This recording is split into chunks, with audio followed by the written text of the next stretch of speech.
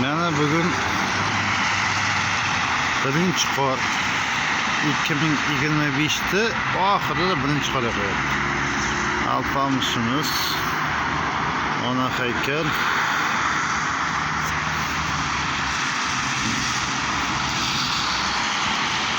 Mana kecha kunduz ekilgan daraxtlar, hayvonotlar, O'zbekiston hokimiyatimiz bu yo'lak. O'zimiz qilgan yo'laklar.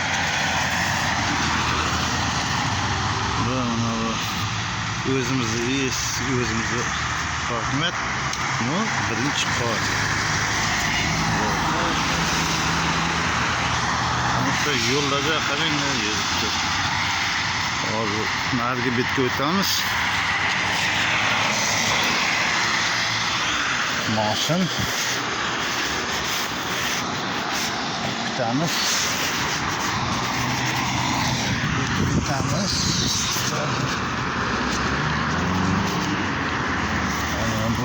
Mana o'quv markazi.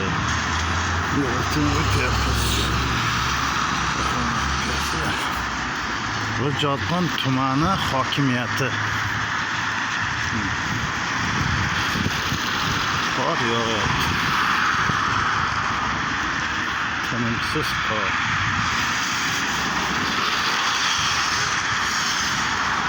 Mana shu men ishlaydigan hokimiyat oddiy bir bog'bonman. Bugün bozor kunligi uchun ishlayotganim yo'q. Ya'ni yakshanba dam olish kuni. Ana shunday og'aylar 2025-yilning oxirgi kunlarida qor yog'moqda.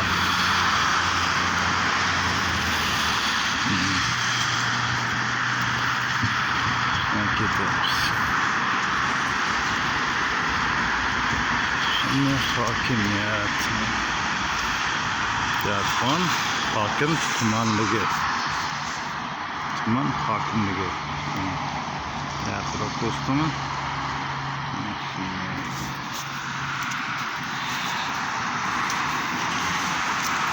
Daraxtlar, qor yog'yapti. Ko'chada odam kam, mashinam kam. Negaki qor bo'lgani uchunmi?